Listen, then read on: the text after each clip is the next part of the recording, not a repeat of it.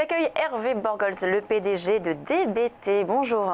Bonjour. Alors DBT, vous êtes le leader européen des bornes de recharge rapide pour voitures électriques.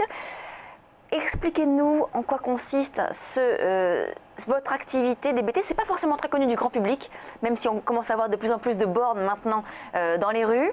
Expliquez-nous du coup quel est le profil de DBT. Nous avons été les premiers à faire des bornes de recharge de voitures électriques parce qu'on a équipé la ville de La Rochelle dès 1992 et la ville de Paris dès 1994.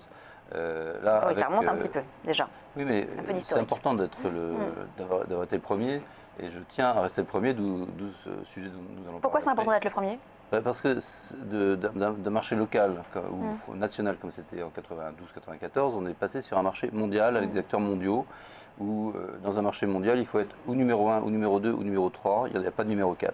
Donc là nous avons installé le plus gros réseau de bornes de recharge rapide d'Europe. En 3 ans, nous avons été les premiers à nouveau, nous sommes une PME donc c'est plus facile de faire de l'innovation, mais c'est dans l'ADN de la société ou peut-être dans mon ADN à moi, d'être les premiers à sortir une borne qui recharge toutes les voitures du marché en moins de 20 minutes. Oui, c'est ce qu'on appelle les bornes rapides. Voilà. Vous avez un partenariat aussi avec Nissan depuis maintenant plusieurs années. Oui. Comment on va évaluer ce partenariat? Le partenariat avec Nissan, c'est qu'en fin de compte, les Japonais ou l'industrie automobile japonaise avait décidé d'installer ou aider à l'installation de bornes pour vendre des voitures. Donc nous avons été un peu le bras armé de tout ça, de mettre des bornes rapides, parce que c'était leur stratégie un peu partout en Europe. Qu'aujourd'hui, au 30 juin, on avait 1553, à nouveau plus gros réseau d'Europe, et on compte bien continuer.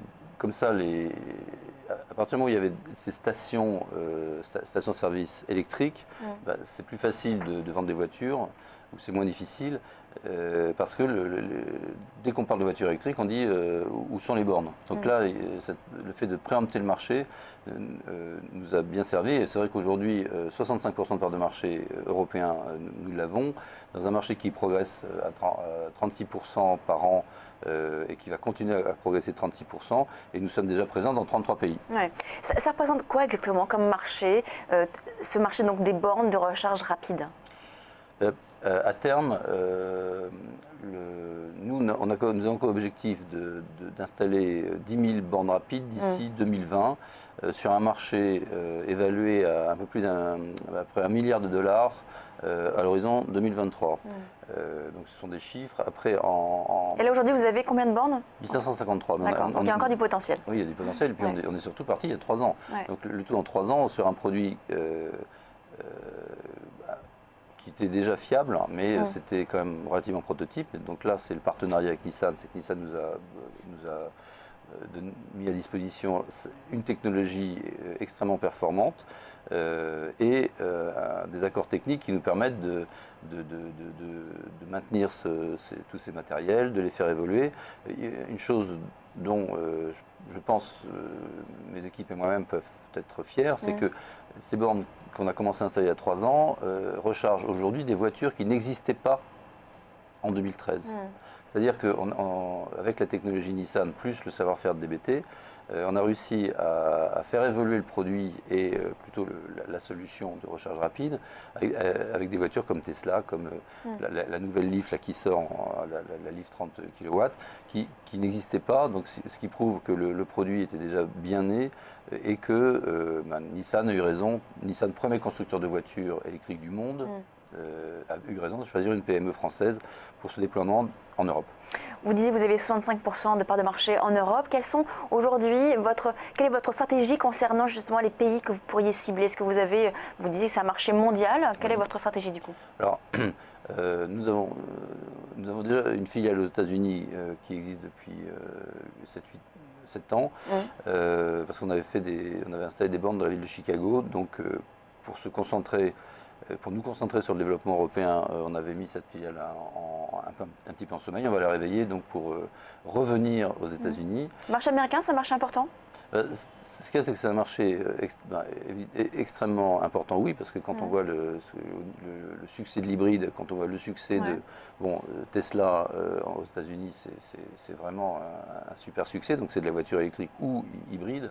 Donc Parce que historiquement, c'est vrai que les Américains ont plutôt des grosses voitures qui consomment de l'essence.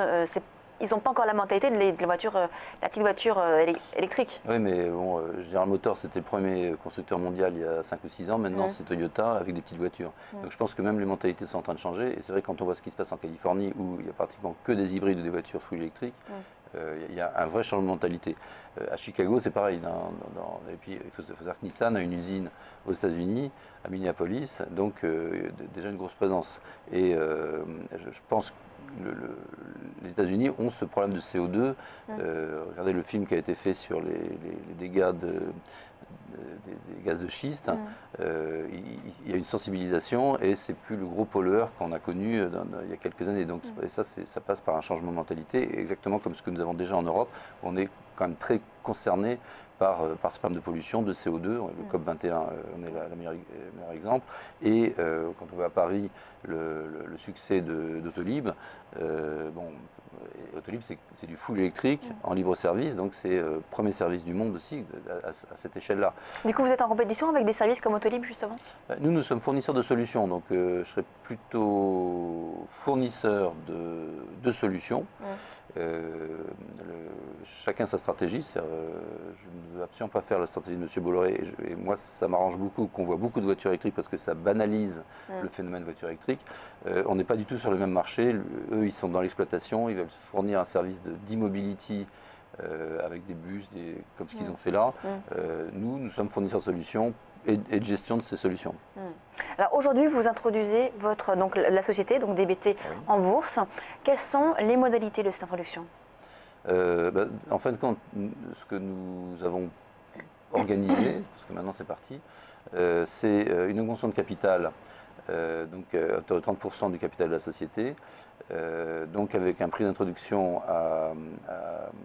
aux environs de 8 euros, donc sur un peu plus d'1 million, 1,1 million actions. Donc nous espérons lever entre 8 et 10 millions d'euros. D'accord. Et ces 8 et 10 millions, du coup, vont vous servir au développement de l'activité? Comment est-ce que vous allez répartir ces fonds? Alors, un point particulier du dossier, c'est que nous avons déjà doublé la surface de production l'année dernière, donc ces fonds ne sont pas appelés à financer de l'immobilier. Et nous sommes déjà présents dans 33 pays, donc on a déjà une forte présence internationale. Et c'est ça que nous voulons Du coup, c'est asseoir finalement votre présence déjà dans ces 33 pays. Exactement. Donc avec 40% des fonds sont a priori destinés à faire de la recherche-développement et de la mise au point de nouveaux produits, parce que c'est un marché qui évolue très vite. Donc ça, la R&D, la partie technique, la partie commerciale, parce qu'il est évident que si on veut être présent, il faut absolument